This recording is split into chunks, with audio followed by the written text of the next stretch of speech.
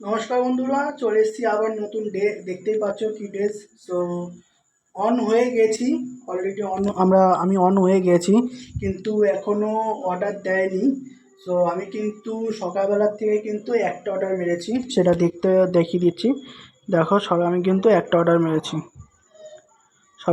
একটা অর্ডার মেরেছি দাদা বৌদি রেস্টুরেন্ট থেকে।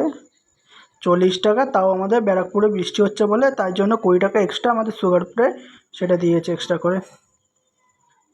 ঠিক আছে গাইস। সো এই হলো জোম্যাটো রাইডারদের পুরো ডেলিভারি এটা। ঠিক আছে গাইস। সো পুরোপুরি ভিডিও দেখতে দাও কটা কি অর্ডার এখন মারতে পারি। সো আমার গিগ কিন্তু 4টে বুক করা ছিল।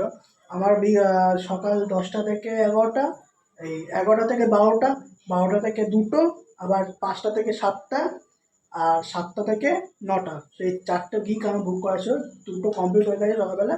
সো বাড়িতে এসে আবার অন করে সো দেখতে পাচ্ছি অর্ডার খুব কম আছে। দেখতেই পাচ্ছি খুব অর্ডার কম।